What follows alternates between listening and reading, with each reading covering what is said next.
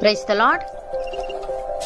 ఈరోజు దేవుని వాగ్దానము, శ్రేష్టమైన ప్రతి ఈవియు సంపూర్ణమైన ప్రతి వరమును పరసంబంధమైనదై జ్యోతిర్మయుడగు తండ్రి యొద్ద నుండి వచ్చును. ఆయన యందు ఏ చెంచలతోమైనను గమనాగమనముల వలన కలుగు ఏ ఛాయ అయినను లేదు. యాకోబు రాసిన పత్రిక 1వ అధ్యాయము 17వ వచనము. సహోదరి సహోదరులారా, ఈ వాక్యం ద్వారా యాకోబు మనకు తెలియజేసింది ఏంటంటే, ప్రతి మంచి విషయం, సంపూర్ణమైన ప్రతి వరం దేవుని నుండి మాత్రమే వస్తుంది. దేవుడు ప్రకాశముతో నిండినవాడు, అనగా జ్యోతిర్మయుడు. ఆయనలో మార్పులు ఉండవు. మనుషుల్లాగా చంచలత్వం, మార్పు, అభిప్రాయ భేదాలు ఉండవు. ఆయన సత్యమైన వాడు, స్థిరమైన వాడు, ఎప్పటికీ ఒకే విధంగా ఉండేవాడు.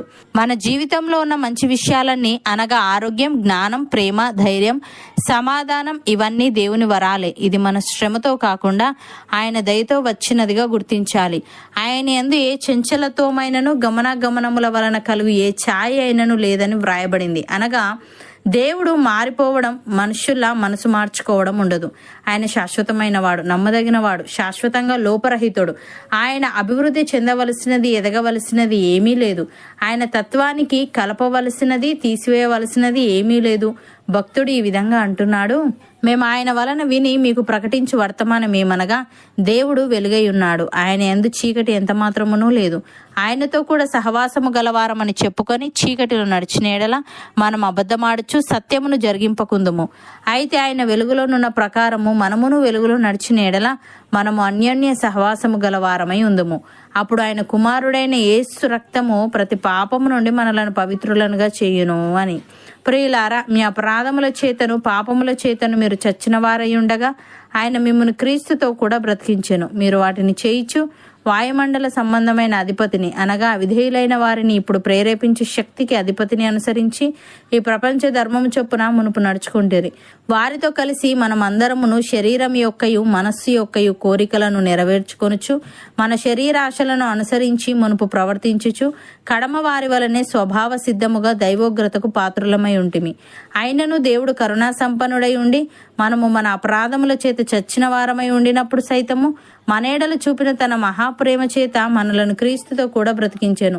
కృపచేత మీరు రక్షింపబడి ఉన్నారు. క్రీస్తు యేసునందు ఆయన మనకు చేసిన ఉపకారము ద్వారా అత్యధికమైన తన కృపా మహదైశ్వర్యమును రాబో యుగములలో కనపరుచు నిమిత్తము క్రీస్తు యేసునందు మనలను ఆయనతో కూడా లేపి పరలోకమందు ఆయనతో కూడా కూర్చుండబెట్టెను. యేసయ్య ఈ విధంగా అంటున్నాడు, తండ్రి, ఆకాశమునకును భూమికిని ప్రభువా, నీవు జ్ఞానులకును వివేకులకును ఈ సంగతులను మరుగు చేసి పసిబాలురకు బయలుపరిచినావని నిన్ను స్తుతించుచున్నాను. అవును తండ్రి, ఇలాగు చేయుట నీ దృష్టికి అనుకూలమాయను. సమస్తమును నా తండ్రి చేత నాకు అప్పగింపబడి ఉన్నది. తండ్రిగాక ఎవడునూ కుమారుని ఎరుగడు, కుమారుడుగాకను కుమారుడెవనికి ఆయనను బయలుపరచను ఉద్దేశించునో వాడుగాకను మరి ఎవడునూ తండ్రిని ఎరుగడు. ప్రయాసపడి భారము మోసుకొనుచున్న సమస్త జనులారా, నా యొద్దకు రండి, నేను మీకు విశ్రాంతి కలుగజేతును. నేను సాత్వికుడను దీన మనస్సు గలవాడను గనుక మీ మీద నా కాడి ఎత్తుకొని నా యొద్ద నేర్చుకొనుడి, అప్పుడు మీ ప్రాణములకు విశ్రాంతి దొరుకును. ఏలే అనగా నా కాడి సులువుగాను నా భారము తేలికగాను ఉన్నవి అని. సహోదరి సహోదరులారా, మనము మనుషుల సాక్ష్యం అంగీకరించుచున్నాము గదా, దేవుని సాక్ష్యము మరి బలమైనది. దేవుని సాక్ష్యము ఆయన తన కుమారుణ్ణి గూర్చి ఇచ్చినదే. దేవుని కుమారుని యందు విశ్వాసముంచువాడు తనలోనే ఈ సాక్ష్యము కలిగి ఉన్నాడు.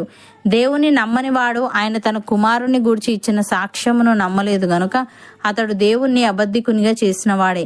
ఆ సాక్ష్యం ఏమనగా, దేవుడు మనకు నిత్య జీవమును దయచేసెను. ఈ జీవము ఆయన కుమారుని యందు ఉన్నది. దేవుని కుమారుని అంగీకరించువాడు జీవము గలవాడు, దేవుని కుమారుని అంగీకరింపనివాడు జీవము లేనివాడే. అవును అన్నవారు నాతో పాటు ప్రార్థనలో ఏకీభవించండి.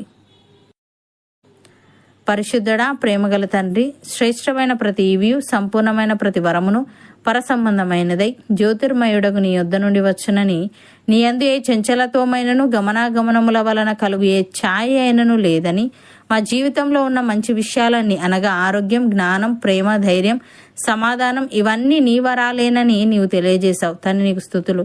దేవా, నీవు వెలుగై ఉన్నావు గనుక, నీ యందు చీకటి ఎంత మాత్రమును లేదు గనుక నీతో కూడా సహవాసము గలవారమని చెప్పుకొని చీకటిలో నడిచిన ఎడల మేము అబద్ధమాడుచు సత్యమును జరిగింపకుందుము గనుక నీవు వెలుగులోనున్న ప్రకారము మేమును వెలుగులో నడుస్తూ నీతో అన్యోన్య సహవాసము గలవారమై ఉండుటకు సహాయము దయచేయమని మేమందరము విశ్వాస విషయంలోనూ నిన్ను గూర్చిన జ్ఞాన విషయంలోనూ ఏకత్వము పొంది సంపూర్ణ పురుషుల మగుటకు అనగా నీకు కలిగిన సంపూర్ణతకు సమానమైన సంపూర్ణత గలవార మగుటకు కృపచూపమని మా మీద నీ కాడి ఎత్తుకొని నీ యొద్ద నేర్చుకుంటూ నీవిచ్చే విశ్రాంతిని పొందుకునే భాగ్యం మాలో ప్రతి ఒక్కరికి నీవే అనుగ్రహించమని యేసుక్రీస్తు నామమున ప్రార్థిస్తున్నాము తండ్రి.